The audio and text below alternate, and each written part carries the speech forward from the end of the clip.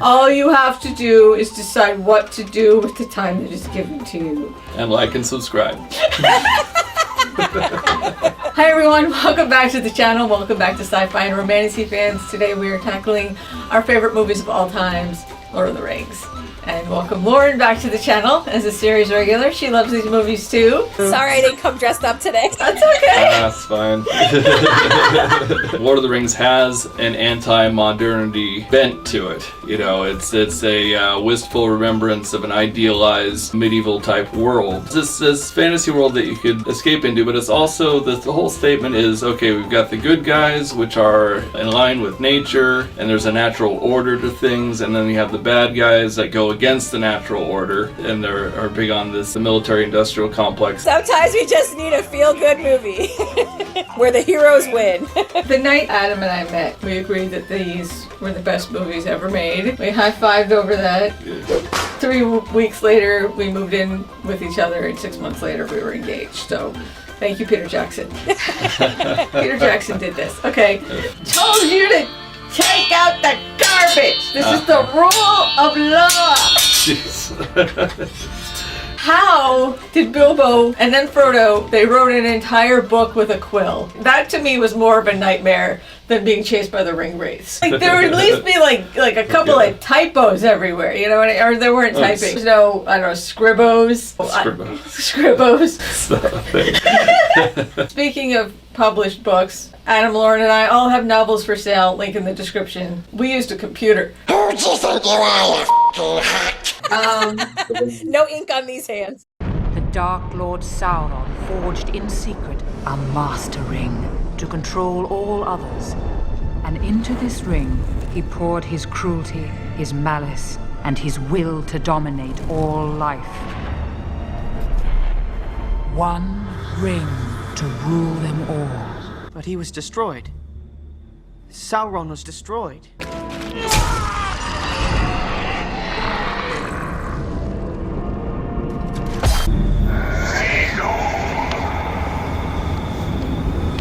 The ring is actually the best villain in the story. I've racked my brain. I can't think of another story where the MacGuffin is also the principal antagonist. We have to get this incredibly toxic thing back where it came from to destroy it while it destroys us, or tries to destroy us, all the way there. I don't think I've ever seen that storyline before, and I'm sure after we shoot this and it airs, I'll think of like 10. Take it, Gandalf. Take it! No, Frodo. You must take it! You cannot offer me this ring. I'm giving it to you! Don't tempt me, Frodo. We love how only the strongest characters can resist. I will give you the One Ring. In place of a Dark Lord, you would have a queen! Not dark, but beautiful and terrible as the Lord! All shall love me and despair! I mean, you have to have a will of iron. I passed the test. Give us that evil, my love. Gollum. I found his transformation scene at the beginning of Return of the King so horrific. That to me was the hardest thing to watch. It was so, when he's going from Smeagol to Gollum and his hair's falling out and his teeth are falling out, there was moments where I was just like, please just transform into Gollum already because I can't stand watching this transformation. That was so horrific, but like what an awesome depiction of like addiction and drug and alcohol. And Tolkien, you know, because he was a World War I vet, I think this was probably based upon all the people that he knew that were soldiers that survived the war that went through horrible addiction as to deal with the post-traumatic stress, which at the time they didn't even call it that. They called it shell shock. Yeah, I mean, even things that you saw in the name of war, like what, I mean, if you go back and you read in the history of like, you know, World War I and World War II, of like the things that happened to these men, I mean, I can kind of see that in the writing as well, of just the atrocities that you would see people do to each other. And I think he kind of just incorporated that into the actual ring. He saw World War I had come up as a result of all these technological inventions and horrible things that people had come up with to kill each other. That's called the Ring of Power. And that's the idea, is that these new inventions, new weapons of war has given nations and people running the nations all this power, and it's driving them insane. In the war, Tolkien saw artillery, machine guns, barbed wire, poison gas tanks, Yeah, none of that had existed before. Yeah, so like all these new technologies popped up that were just like killing people. And so I think that was all inspiration for The Ring. And that's what you kind of saw with the transformation, I think, of Smeagol into Gollum. I got even more heartbroken at the end, how it ends for his character as well. And like you kind of just the face that you see at the very end. Yeah, it gave you all the feels. It was heartbreaking. I really wanted to see what he would have been like after the ring was destroyed. Me too. I was hoping that too. And that's just not what we got, unfortunately. Nothing else has ever seemed as good as Lord of the Rings ever again. These movies just pull you into another world. I had a moment the first time I watched Return of the King. I actually thought, what can I do to help? I can see him with my waking eyes. I was not watching a movie. I was in this world with Sam and Frodo on that mountain wanting to help him. Snap out of it! And I had this like slap realization, like, you're watching a movie, like snap out of it, you know what I mean? But I don't think any other movie has ever pulled me in to that point where I actually felt like I was there with the characters and I forgot that I was sitting in a movie theater. I can't carry it for you, but I can carry you. Come on! Hey, that's an amazing compliment to the storyteller when you can do that, where you forget you're in a theater with all these other people and you're just so engrossed in the story that you picture yourself there. I mean, that's the most amazing compliment. I'm sure a writer, screenplay, all of that can get, director, when you have a fan like that. People don't feel like they have this sense of community. When you watch Lord of the Rings, it's a reminder, this is the potential for community. Half the Shire's been invited, and the rest of them are turning up anyway. Like the Shire, like the fellowship that develops, people want this sense of I belong to this group and I fit in here. Go back, Sam! Going to Mordor alone. Of course you are. And I'm coming with you! I think people gravitated towards these movies because it was like, I want these type of friends. The kind of friendships that everyone wants, very few people actually get. I made a promise, Mr. Frodo. A promise. Don't you leave him, Samwise Gamgee. And I don't mean to. And so it's that camaraderie of friendship and community that I think people were starving for. Your friends are with you, Aragorn. Let's hope they last the night. I thought I'd die fighting side by side with an elf. What about side by side with a friend? When you go through shit with someone, it really makes a bond. I could do that. For example, Lauren and I met through a toxic, abusive, nasty, psychotic, psychopath publisher who was like torturing us. And I think like that bond of surviving that and getting out of that together solidified our friendship. Yeah. You know, sometimes intense situations or that can last lifetimes. I felt like we fought a battle.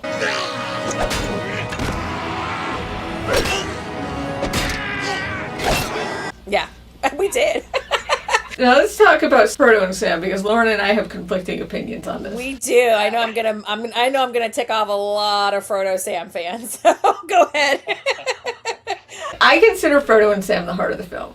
Okay, like their friendship to me, that's like the heart of the film. Go on, Sam. Ask Rosie for a dance. I think I'll just have another ale. Oh, no, you don't. Go on. They seemed like BFFs before the adventure started. I agree with that. The way that Frodo tries to get him to dance with Rosie and, you know, knows all of his insecurities. I mean, they seemed like really good friends even before they went on this adventure. Don't worry, Sam. Rosie knows an idiot when she sees one. Does she?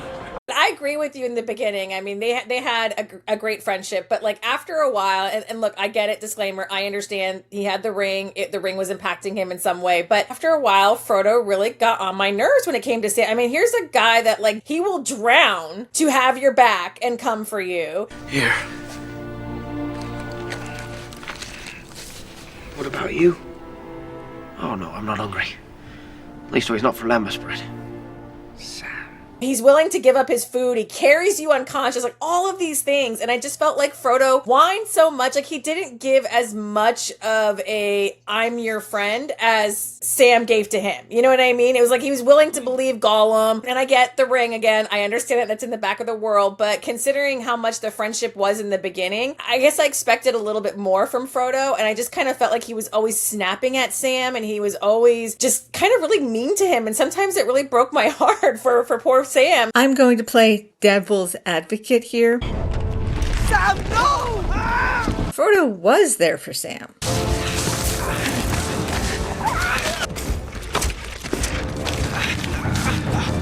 The problems in their relationship started because of Sam's complete and total intolerance of Gollum. Let's just tie him up and leave him. No! That would kill us. Kill us! It's no more than you deserve. Well, starve then. And good riddance. Oh, cruel Hobbit. He does not care if we be hungry. He does not care if we should die. Hey, Stinker, don't go getting too far ahead. Why do you do that? Call him names. Run him down all the time. If Sam had been kinder towards Gollum, maybe that rift between them wouldn't have started. If Sam had supported Gollum the way Frodo had, Frodo saw a person. You were not so very different from a hobbit once, were you, Smeagol? My name, Smeagol.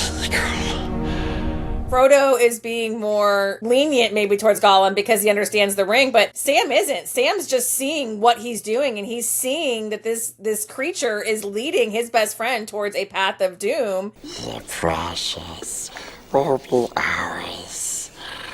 Once the Hobbit says, And because he is so protective, I can understand why Sam is not as forgiving and nice towards Gollum, because he sees him for what he is. He sees that he's after the ring, and he's just using Frodo to get them there until he can steal it back. There's not left in him but lies and deceit. It's the ring he wants. It's all he cares about. You have no idea what it did to him. What it's still doing to him. once it takes hold of us, it never lets go.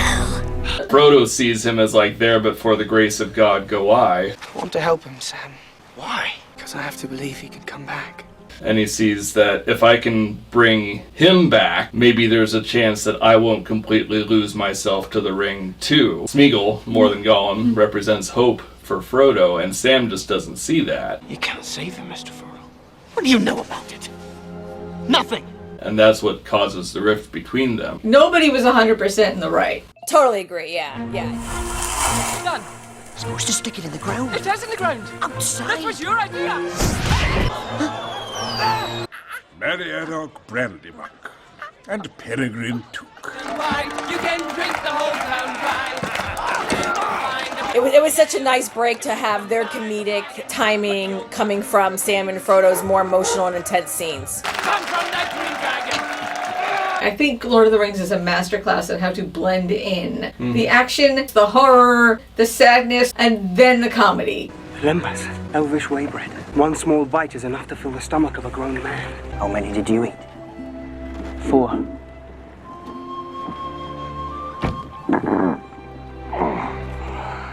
Aragorn, Gimli, and Legolas. This to me represents the found family because this is, 3 different species of people coming together. And at the beginning, Legolas and Gimli hated each other. The ring must be destroyed. And I suppose you think you're the one to do it. I will be dead before I see the ring in the hands of an elf.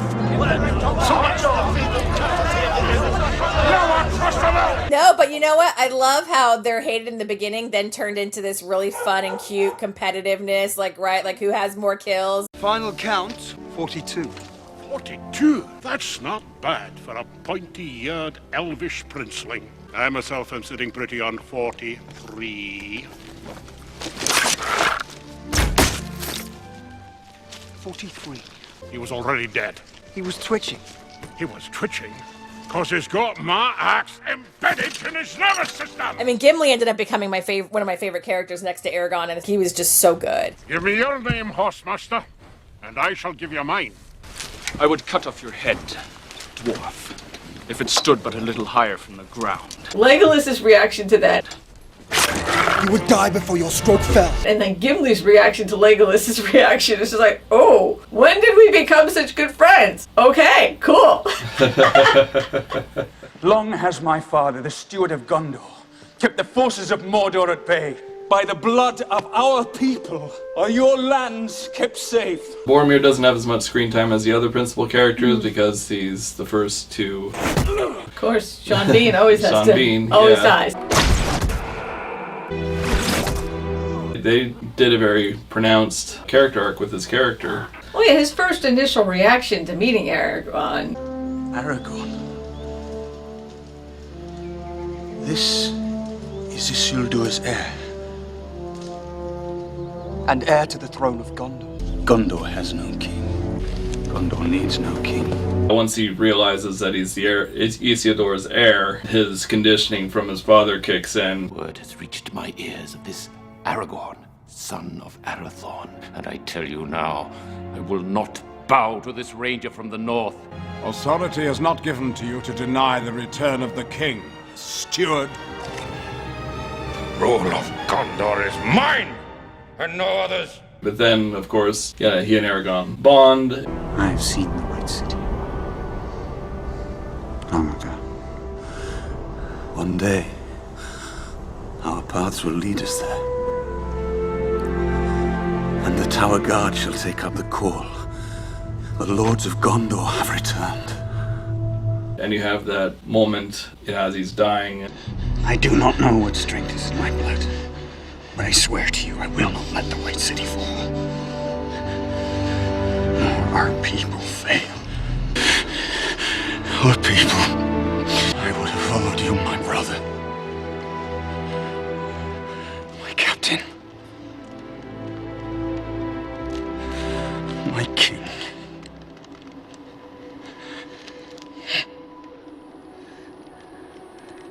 And this is why I think these movies need to be watched over and over and over again. Because when you first watch Fellowship, you don't understand Boromir as much as you do when you watch the next two movies and you see the backstory regarding his father. Everything about Boromir's life was about maintaining his father's power. The city of Osgiliath has been reclaimed! For Gondor! Remember today, little brother. Today, life is good. His father was this tyrant steward, caretaker of the throne. Where is Gondor's finest? Where is my firstborn? Father! And so you understand that then when he meets Aragorn, yes, he's completely threatened by the return of the king, but you don't understand him fully as a character until you watch the second and third movies, and then watching the first movie again, it's like, oh, I really get this guy now. This is one of the many reasons why I've watched these movies like 500 times. It's you almost like you watch it too and you're like, God, I really wish we would have gotten more scenes with him and his brother too, right? Like just to see that dynamic play out because they were pitted against each other. I would have loved to see more backstory of that too. It's crazy how much those actors look alike. The Oh my actors that God. Boromir and the actors, like they're not actually related. They look so much like brothers. The casting was amazing. Really was. Props to the casting director. Boromir is the golden child and Faramir is the scapegoat. The victory belongs to Faramir also. But for Faramir, the city would still be standing. He loves you, father. Do not trouble me with Faramir. I know his uses and they are few. But Boromir is like, he's like the one who his father thinks is so noble and heroic and great, and Faramir is like the leftover waste of his DNA. You wish now that our places had been exchanged, that I had died and Boromir had lived. Yes. I wish that. But then when it comes to the ring... Ever the ring will seek to corrupt the hearts of lesser men, but you are strong. You want to know what happened to Boromir? You want to know why your brother died? He tried to take the ring from Frodo. After swearing an oath to protect him, he tried to kill him. The ring drove your brother mad. And Faramir is the one who has enough resilience to say, go, destroy it. I think at last we understand one another, Frodo Baggins. You know the laws of our country. The laws of your father. If you let them go, your life will be forfeit. You sent the Ring of Power into Mordor in the hands of a witless halfling. I would not use the ring. Not if Minas Tirith were falling in ruin and I alone could save her. So Faramir was actually a much more mentally and emotionally intelligent character than his brother, who was propped up to be the best thing in the world by the father. Boromir would have remembered his father's need. He would have brought me a kingly gift. Boromir would not have brought the ring. He would have stretched out his hand to this thing, and taking it, he would have fallen. You know nothing of this matter. He would have kept it for his own. When he returned, you would not have known your son. Boromir was loyal to me! Leave me. You know the laws of our country. The laws of your father. If you let them go, your life will be forfeit. Then it is forfeit. Release them. Captain Faramir, you have shown your quality, sir. very highest. Yeah, the scapegoat individuates more than the golden child. That's, Always. Yeah, developmental psychology. Let's get into the romance. Lauren and I have got to get into the romance. Alright, so the books have almost no romance. What the screenwriters did is they understood that a modern audience would want that. So Peter Jackson and his team extended the Aragorn Arwen story that was in an appendix. Arwen is a half-elf through her father's side, which is why she was able to choose a mortal life. I would rather share one lifetime with you than face all the ages of this world alone. I choose a mortal life. I mean, there's no other better way to say I love you than that, right? I mean, it's kind of like the ultimate.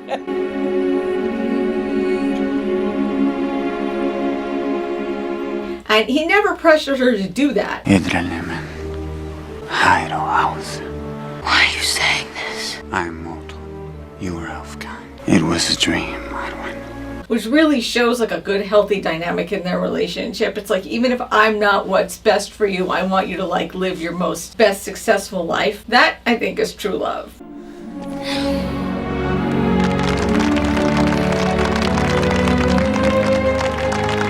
She chooses him, she gives up her mortality, they live out many happy years before she dies. And then Arwen dies of a broken heart in the year 121 in the Fourth Age. 1 year after his death, she goes to Lothlorien, where Galadriel lived, which is now abandoned, and dies there. It drove me crazy. I'm like, they have to be reunited. So I looked it up online, and while Tolkien is not explicit on the exact nature of the afterlife, it generally suggested that mortals, which Arwen was at this point, mortals, their spirits find each other again outside the circle of the world. So that made me happy.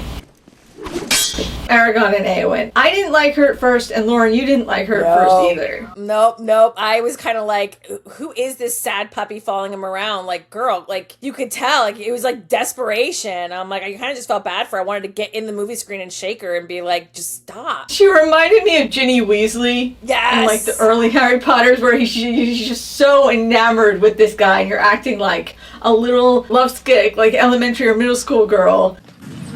Hi, Kevin. I've heard of the magic of elves, but did not look for it in a ranger from the north. You speak as one of their own. This must be the most beautiful corsage any man gave any woman. You're so thoughtful. It was nothing. I made some stew. It isn't much, but it's hot. It's good. Really? Kevin, you were great. Huh? Oh, Kevin, this must be the most wonderful night of my life. You are one of the Dunedain, blessed with long life. It was nothing. Let me stand at your side. It is not in my power to command it. You do not command the others to stay. They fight beside you because they would not be parted from you. Because they love you. God, I'm so embarrassed. I'm embarrassed. I'm sorry. Some of her interactions with Aragorn, if you're desperate for love, I could see how she could see them as flirting, but I saw them as like they're just bonding as friends. What do you fear, my lady? A cage. To stay behind bars until use and old age accept them. You're a daughter of kings, a shield maiden of Rohan. I do not think that will be your fate. And she misinterpreted them as he's interested in me romantically. Yeah, I agree with you. I think it was friendship. I mean, you can he's a smart guy. He can see what's going on there. I mean, when you first meet her, he can see what's happening to her uncle. And I think he was just trying to be there for when she had nobody, to kind of help. And then there they are into helping. And I think he was just trying to lift her up and show her that, hey, you can be this strong individual. And I think because nobody was around for her like that, like she just like stuck her claim on him as if like, oh my God, he's in love with me. We're still Aragorn here. I am happy for you. He is an honorable man. It was like, whoa, like you said, this is friendship. It is but a shadow and a thought that you love. I cannot give you what you seek. Let's put a poll. We can now do poll on YouTube. I'm going to put a poll. Do you think Aragorn was flirting with Éowyn, or do you think he was just being a friend? Put it in the poll. She has a great arc. She goes from this like little sad puppy dog to this like incredibly powerful woman. I will kill you if you touch him. You fool. No man can kill me.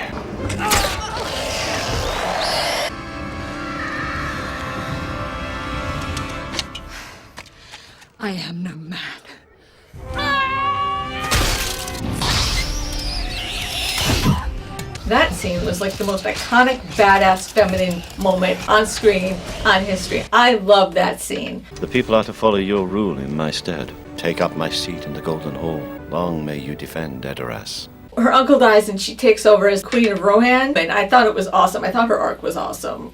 Isis and Lauren both agreed that we were glad when Éowyn fell in love with Faramir. I mean, you could see it right off the bat. It's like you go from her with this puppy dog thing with Aragorn, but like right away when you get a glimpse of it, and then like everybody's there, and it's like kind of like the big send-off, and you didn't see more. I would have been 100% okay with the whole movie of just Éowyn and Faramir. I mean, their whole entire dynamic, who he is as a character, and what she's had to overcome. I really liked him, and I wish there would have been more than just what we got at the very, very end. I would also like to imagine Éowyn and Arwen being friends at the end. Yeah. I think they did after Return of the King. Rohan and Gondor had a lot of interaction and the leaders had to work together a lot, so I hope that they became friends. I would think they would. They both were, I mean, Aragorn and Faramir were strong individuals as guys as well, so I think they would have been. Let us know if you want us to write the fan fiction. Yeah, I wanted more endings. People complained that there was too many endings. I wanted more. Yeah. I wanted to know what happened to Gimli and Legolas. I wanted to know exactly what happened to them. I wanted to see Aragorn and Arwen's kids. I wanted more endings, but I'm a nerd. Me too, apparently, because I wanted that as well. We actually reduced it down a lot to what it was. It was actually quite a lot longer at one stage. There were huge amounts of people we missed out. I mean, what happened to Gimli and what happened to Legolas. There were scenes shot of those people. We sort of tried to mould it together so it flowed reasonably well. Thank you, Lauren, for coming back on the channel. This was fun. Yeah, absolutely. Thank you. The first Sunday of every month, join me and Lauren for our review of a romance novel. We call it Romancing This Sunday. Our next book review will be The Selection. Our next film and television review will be the entire Outlander series. All you have to do is decide what to do with the time that is given to you. And like and subscribe. Love it. Check out all our books, links in the description. Yeah. Bye, everyone.